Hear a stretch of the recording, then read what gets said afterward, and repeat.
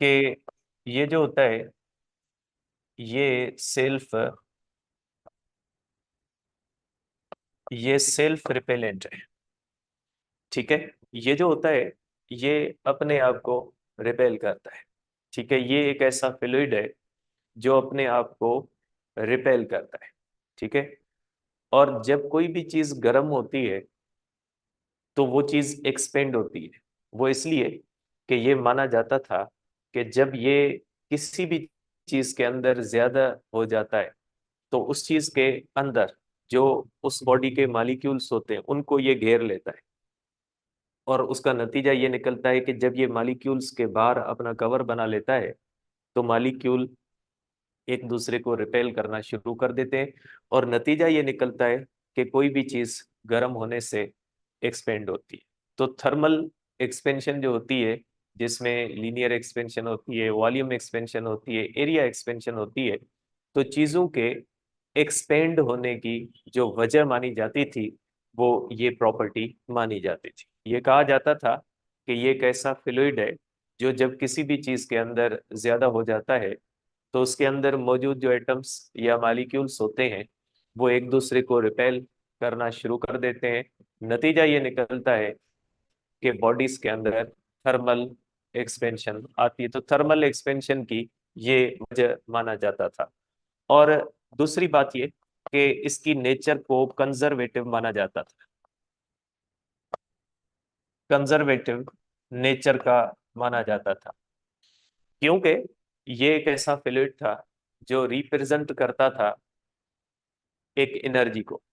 जब ये एनर्जी को रिप्रेजेंट करता था तो आपको पता है कि इसकी नेचर कंजर्वेटिव होनी चाहिए क्योंकि heat can not be sorry energy can not be created, can not be destroyed. तो इसी बुनियाद पे आप कह सकते हैं कि फिर caloric can not be created, can not be destroyed without doing nothing. तो ये माना जाता था कि इसकी जो नेचर है ये कंजर्वेटिव नेचर है। ठीक है। और इसके बारे में ये भी कहा जाता था कि attractive strongly attractive towards matter. Matter की तरफ ये बहुत ज्यादा स्ट्रांगली अट्रैक्टिव था, आपस में रिपल्सिव था, लेकिन जो मेटर है वो इसको अट्रैक्ट करता है। ठीक है। इसलिए जब कोई भी चीज हम किसी भी ठंडी चीज को किसी गर्म चीज की तरफ रखते हैं तो ये माना जाता था कि ये जो फ्लूइड है इसको ठंडी बॉडी अट्रैक्ट करती है और ये गर्म बॉडी से फ्लो होके ठंडी बॉडी की तरफ चला जाता है। तो मटेरियल के बारे में माना जाता था कि ये मेटर की तरफ जो है वो स्ट्रांगली अट्रैक्टिव होता था, कि मेटर इसको अट्रैक्ट करता था। और जो पांचवी चीज थी कि इसके बारे में कहा जाता था कि ये responsible for temperature of body. किसी भी बॉडी का जो टेम्परेचर होता है उसका रेस्पॉन्सिबल इस फ्लूइड को माना जाता था। कहा जाता था अगर किसी चीज के अंदर ये ज्यादा होगा तो उसका टेम्परेचर ज्यादा होगा, और अगर किसी चीज के अंदर ये कम होगा तो उसका टेम्परेचर कम होगा। किसी भी चीज के टेम्परेचर की जो वजह मानी जाती थी वो ये फ्लूइड माना जाता था। और ये भी कहा जाता था कि ये हमेशा flows from hot body to cold body, flows from hot body to cold body. इसके बारे में हॉट बॉडी से कोल्ड बॉडी की तरफ नेचुरल इसका फ्लो माना जाता था कि ये हमेशा फ्लो करता है from hot body to the cold body. ठीक है।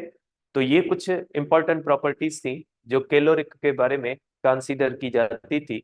तो कैलोरिक थ्योरी के बारे में आप ये कह सकते हैं कि कैलोरिक थ्योरी का मकसद है कि हीट जो है वो एक किस्म का फ्लूइड है। और ये कहा जाता था कि ये फ्लूइड हर मटेरियल बॉडी के अंदर मौजूद है। जो गर्म चीजें होती हैं उनके अंदर ये ज्यादा माना जाता है, और जो ठंडी चीजें होती है उनके अंदर ये कम माना जाता था। और ये कहा जाता था कि ये लिविंग और नॉन लिविंग हर चीज के अंदर मौजूद होता है। ये एक सेल्फ रिपेलेंट फ्लूइड माना जाता था।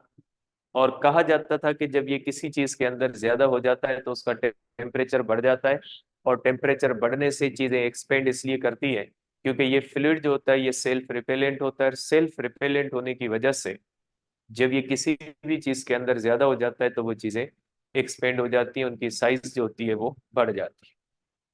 ठीक है, तो ये कुछ ऐसी प्रॉपर्टीज थी जो इसके साथ एसोसिएटेड मानी जाती थी। ठीक है, अब ये जो कॉन्सेप्ट ऑफ फ्लूइड है, अगर हम मान भी लें कि हीट एक किस्म का फ्लूइड है, तो ये कौन सी चीजों को एक्सप्लेन कर सकता है और कौन सी चीजों को एक्सप्लेन नहीं कर सकता। देखिए, आपको पता है कि हीट जो होती है वो कंडक्ट भी करती है, हीट की कन्वेक्शन भी होती है, हीट की रेडिएशन भी होती है।